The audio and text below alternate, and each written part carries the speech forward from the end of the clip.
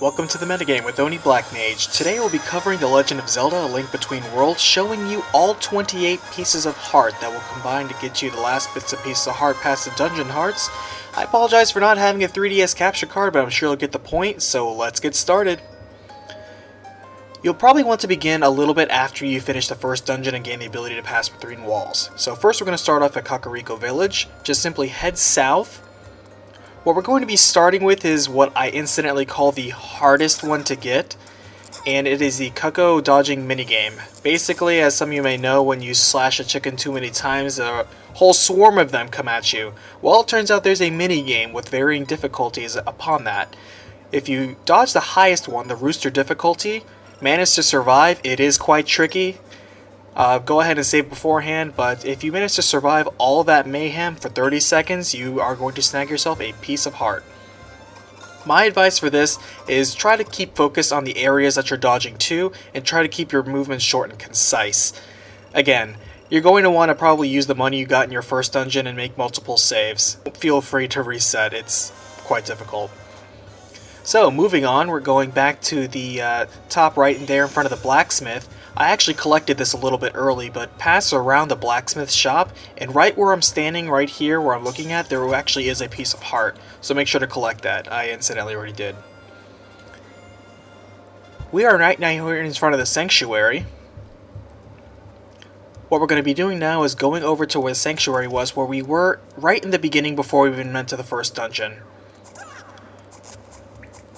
Just make sure you have your lantern out.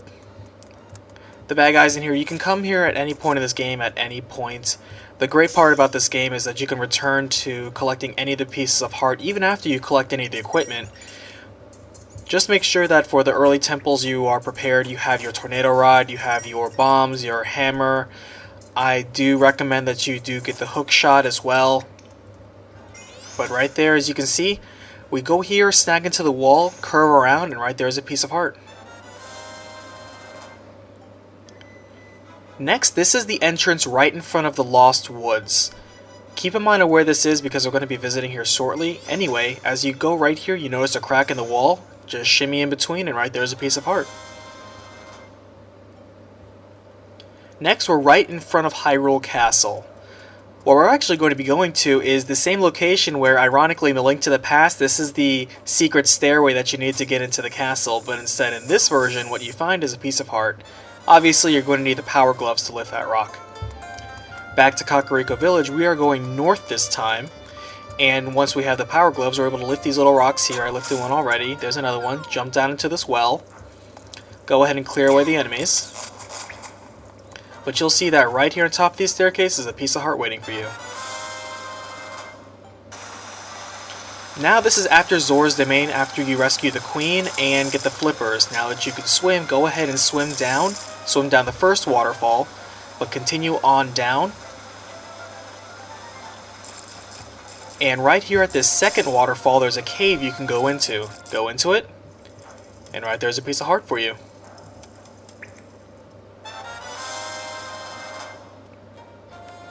Next, this is the Eastern Palace. There are quite a few in this area, so I'm going to be using that warp point as a piece of notice.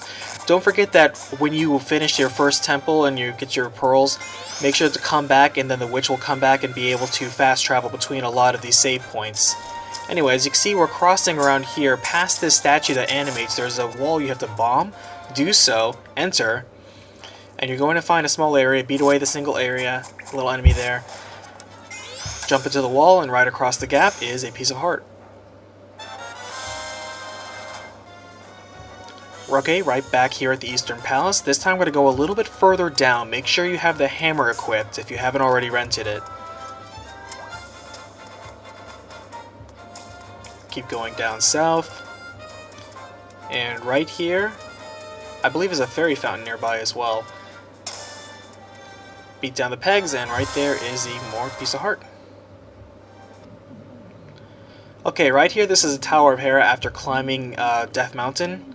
What we're going to be doing is going just simply straight left, right where those hearts are. Drop in the middle of them. Make sure to scoot inside the hole while you're falling. You're going to pass underneath this volcano here and meet a piece of heart. back here at this checkpoint, we're going to go into what I call the second most difficult one. You're going to see some editing here for the many times I died, but this is where you're going into Rocco's mining cavern, or Russo's, yeah, I think Russo's mining cavern anyway, where you're going to notice the full 3D effects in action of the forced depth perception. And the trick here is to ride these platforms down. I would not advise, by the way, attacking any of the flame-spewing enemies. They're a little bit too tough for your defenses and your sword right now. Anyway, you see, just keep leaping down, make sure to time it carefully. You're eventually going to get to the center platform here.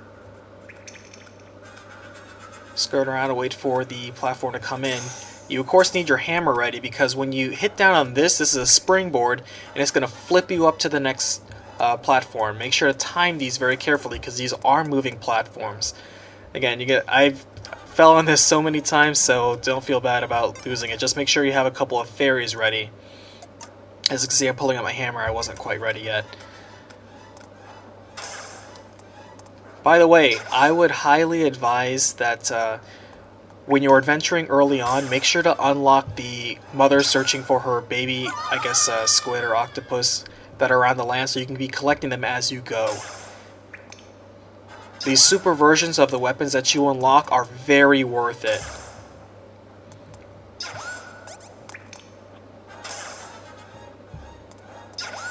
I found that they did a really great job with this Zelda. This is certainly one of the better top-down Zeldas. I think the last two that we had, Spirit Tracks and Phantom Hourglass, were just only okay. I thought Spirit Tracks was quite weak. There's our Spirit of Heart. But I thought this one was a very solid entry. Alright, back to Kakariko Village. At this point, I remember that there is going to be one more minigame that we have to play, and this is the Rupee Rush game. There is a trick to this game. Otherwise, it's going to be very difficult to get what you need. You need to get 100 rupees. However, in order to get these rupees, you need to take advantage of the multiplier that happens at the end of the game. You have 30 seconds with no set timer, so I suggest getting either a stopwatch or using an app. Anyway, once you do this, what you need to do is get as close to 30 seconds as possible. If you have 1 to 2 seconds to spare, you get a ×2 multiplier for the rupees you collected. But myself, I actually managed to time it within 0 to 1 seconds, 0.3 seconds, and I got a ×3 multiplier, which got me way over the 100 rupee limit to score the piece of heart. At this point, we're going to be able to jump between portals now, between the Dark World, Light World, Low Rule, High Rule. So the first stop in Low Rule is we're going to do the Rupee Rush game again. This time the limit is 200 rupees, but the rules are the same. So my suggestion is go after the obvious points, cut the grass, slash away at any of the rupee enemies. My suggestion is stand next to the pool, because I noticed it spits out quite a few 20 rupees if you're lucky. Take advantage of the ×2, ×3 multiplier, because the objective here is 200 rupees, but that's very doable to get. So for one more piece of heart.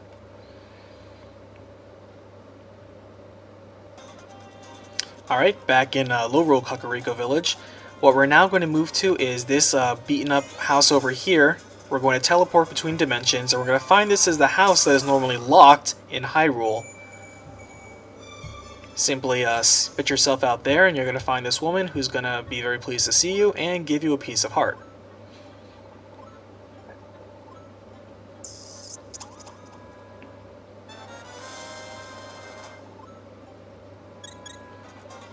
Alright, back at our checkpoint here. This time what we're going to be going to is the treasure hunt game. This would be a guessing game in this version.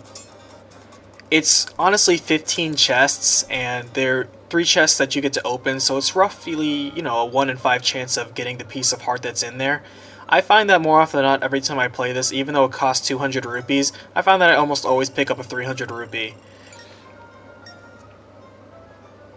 So just go ahead and pick any random 3. It's really luck of the draw, so you may want to save before doing this game if you're close on rupees.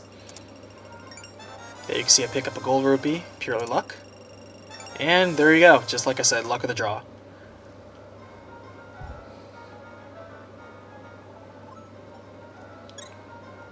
Alright, so continuing on, we are going back to Kakariko Village.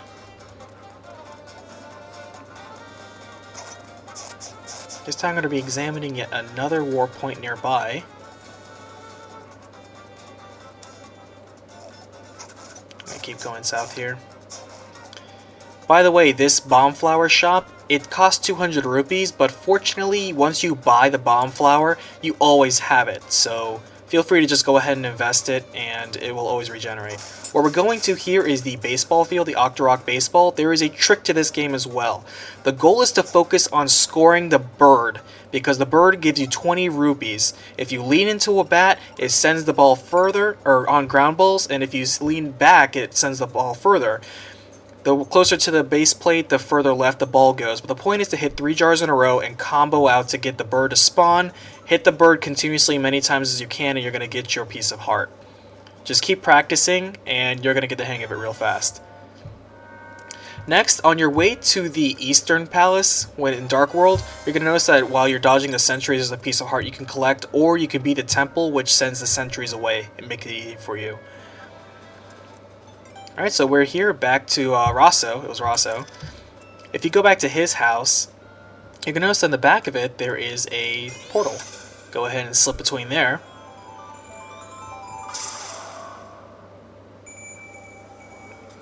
Jump out into low rule. Go ahead and shimmy out between those bars. What we're going to do is grab one of these, I guess they're dark chickens, I don't know, dark cuccos. Grab one, and we're going to have to jump onto the rooftop of that piece of heart we saw earlier. So there's one right there, pick it up. And jump from the north here, kind of angling yourself down. And there you go. Alright, we're back at the Lost Woods. This is the little stone pedestal. Those turn into portals. I'm choosing this, although there is a warp point for the Skull Woods that is right there on the opposite side. This just happens to be an area that we're going to take advantage of later. So we're back in the Lost Woods, Skull Woods at this point. Just keep going south, exit, and what we're doing is we're going south towards Kakariko Village. This is on the other side of the ravine, so you have to enter from the Skull Woods entrance. As you can see, there's a house there, shimmy across the cliffside, and there's a piece of heart right there in the open. Most of the pieces of heart in this game are actually pretty easy. So this is Link's house, as it's been converted after Rabi took over. Go down south, you see there's a fairy fountain down there. Keep going. There is a pit right here that we're going to be walking past. You see that there is a piece of heart. That's the one we're going to be going to. I'll show you where the entrance to that is. It's right over there. You're actually going to have to bomb this, I believe, which shouldn't be a problem at this point.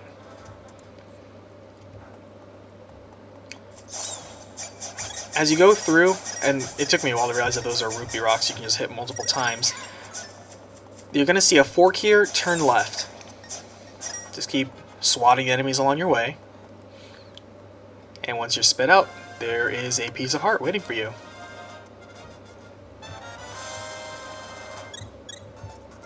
Alright, now we're here to collect our bomb flower. Keep in mind this thing will blow up if it touches any enemies, so either stun or just flat out kill as you escort this thing to where you need to go. We're going down south near where that lake was earlier. I personally prefer either the boomerang, especially the super boomerang, the nice boomerang, or the flame rod, especially the upgraded flame rod. By the way, when you're first allowed to purchase items, you get half off your first item. I highly suggest you get the flame rod first. It is significantly useful for so many situations. As you can see, we're just being careful. That's the rock we're going to blow up. I always find using the flame rod to clear away the shield guy first is just a top priority. It also hits aerial enemies too. So, go ahead and take that.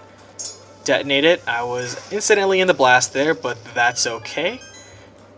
I'm going to go ahead and heal up that damage right here with a piece of heart, and there are 400 rupees in this cave.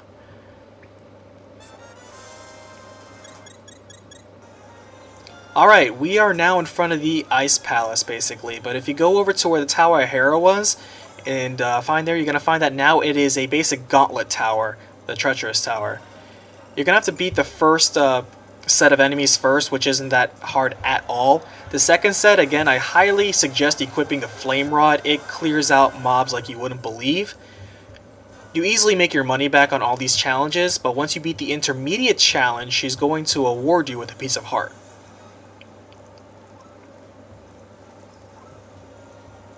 I also suggest having the tempered sword at this time.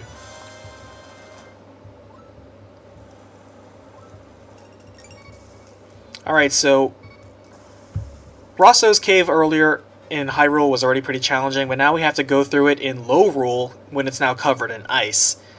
The path is the same this time. You're still going to go to that center platform, again, get your flame rod ready to melt the gargoyles, and you're going to go left again. Just keep going left. Make sure to have your tornado rod ready as well. And once again, feel free to save and have a spare fairy because of all the many times you may fall. It's really simple timing though, but I'm just editing to keep it short for the times I fell. Like I said, they made a lot of good use between Link's new abilities. The graphic textures on this are fantastic. This is a very solid sequel to a game that really has been overdue for a sequel. Many of the other Zelda games have had direct sequels. This one has been long waiting, Link to the Past. I feel it's the most iconic of the Legend of Zelda series. It's the one that somewhat set up the formula before Ocarina of Time really polished off that formula. That being said, I kind of wish the dungeons were a little bit longer, more labyrinthine like the classic Link to the Past was. They're all very visually impressive, and the new equipment and the openness of Lorule is certainly a good change of pace, but I kind of like a little bit more length in these things. So anyway, as you can see, we get to the top, exit out, take the portal, and the portal spits you out back into Hyrule where there's a piece of heart waiting for you. Alright, we're here back at the Sanctuary in Hyrule. What we're going to be doing now is going into the Sanctuary itself, and at the very back there's a portal.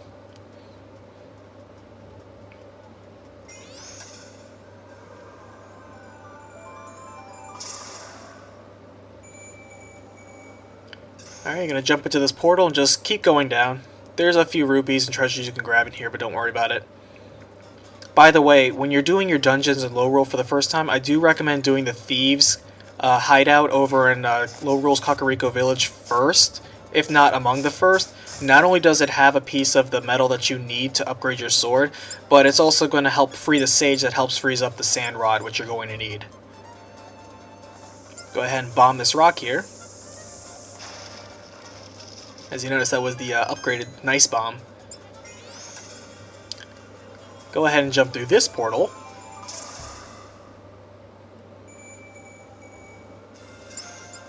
You see there's a baby over there to the side, but jump into this cave here, and right there is waiting for you a piece of heart. Alright, we're over here in Misery Mire now. Again, at this point you need to have had the sand wand, or a sand rod. Go ahead and just jump to that first portal there. This is the same path you would be taking once you're climbing and getting to the entrance of the dungeon anyway.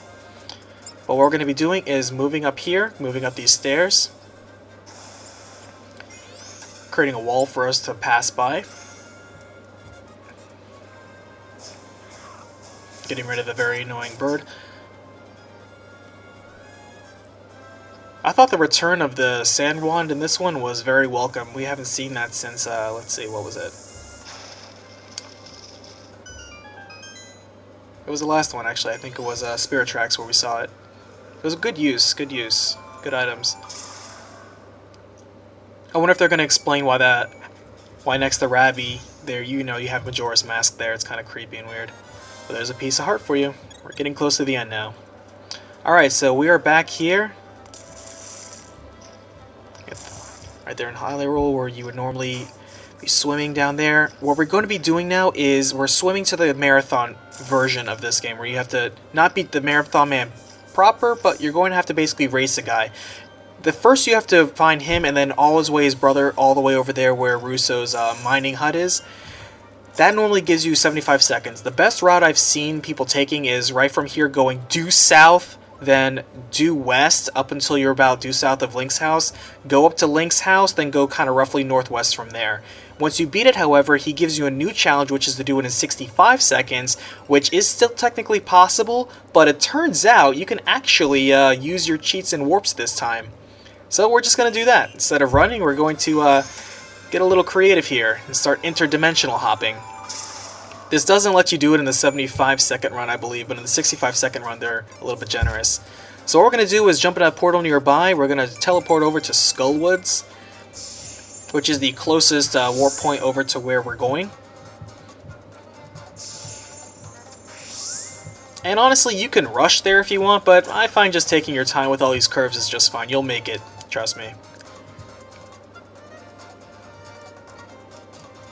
As you can see, a lot of these mini-games have... There's an obvious kind of rough way to do it, but then there's always an easier kind of trick to do these things with. Like the Rupee Rush game. This game also apparently has a little trick to it. So yeah, just, you know, honestly, take your time as you're walking your way through. I'm not even trying to run that hard. But as you can see, that's where Russo's hut is. Rosso. Teleport on the opposite side back into Hyrule. The other brother with the blue flag will be waiting behind the hut, so just go ahead and exit. Swing around the opposite side of his cottage there. And there we go. Just in time. Time to spare. Yep, sure do have quick feet there. Alright, so now we're in front of the Turtle Rock dungeon. Make sure you have your ice rod ready. This is the only one where you have to basically go through a dungeon to get. But it's very, very simple. It's practically next to the entrance. Go ahead and create your little platforms there. Go ahead and just swing a left and turn right there into the lower left. Reverse the seesaw, you know, get rid of this enemy here.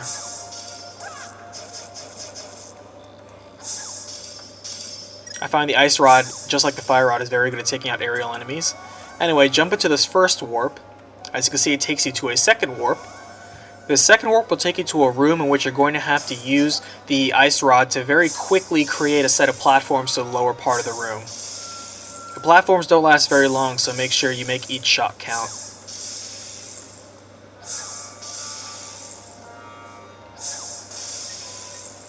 But once you go ahead and just get to the bottom there, you exit out into the low rule, and there is a piece of heart for you.